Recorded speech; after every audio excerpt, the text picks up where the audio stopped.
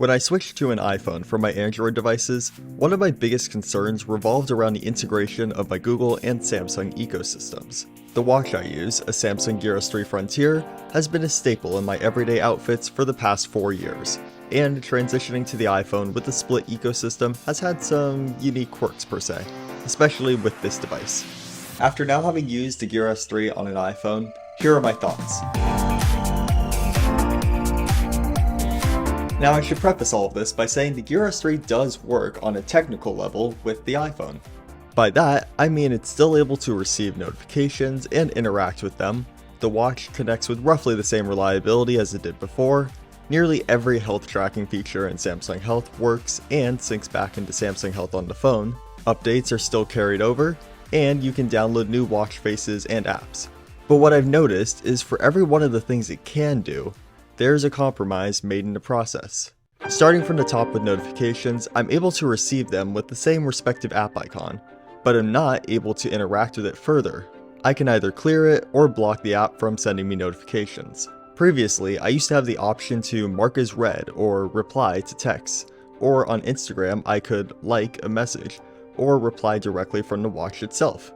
But that ability is no longer here. Next up, the connection. The watch does connect reliably to the iPhone, but using the iOS app takes a weirdly long amount of time to connect. In some cases, I could be waiting over a minute, even though it's already connected via Bluetooth to my phone. But my last and biggest problem I've really faced revolves around Samsung Health and the applications on the watch. Functionally, it works the exact same, and nothing in the watch app is distinctly different. I honestly used to love using Samsung Health for keeping all of my workout data in one place on my phone. But with the Switch, it's lost the ability to do something that I used almost daily. That is syncing a copy of my workout data into another health app called Strava. What I noticed on the iPhone is that I can't link apps properly anymore to Samsung Health and have the data being shared at the same time.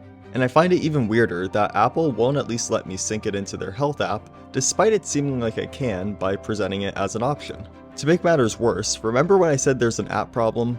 Well, it goes beyond Strava, and it makes it so that not every app that was available when connected to Android is there with iOS. That means Strava isn't available, as well as many other apps that I used to use on Android. Piling onto the app quarrels, Samsung Pay no longer works, and finally calls can't be remotely taken. These take an overall great watch and make it kind of below average now that it's lost a lot of its functionality. That was a lot right there. And with all these compromises being made, it makes me wonder, why would anybody buy a Samsung Smartwatch to pair it with an iPhone? Truthfully, I don't think many people set out to buy a Samsung watch when they buy an iPhone.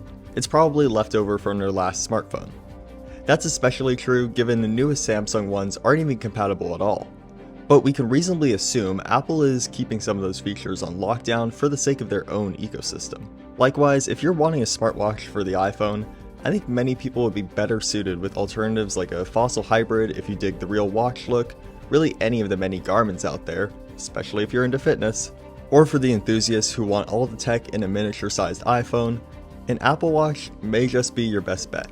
If you found this video helpful or interesting in any way, please leave a like on this video and consider subscribing to more tech content like this. I'm currently transitioning to the iPhone, so if you have any suggestions or questions that could be covered in a new video, leave them down in the comments section.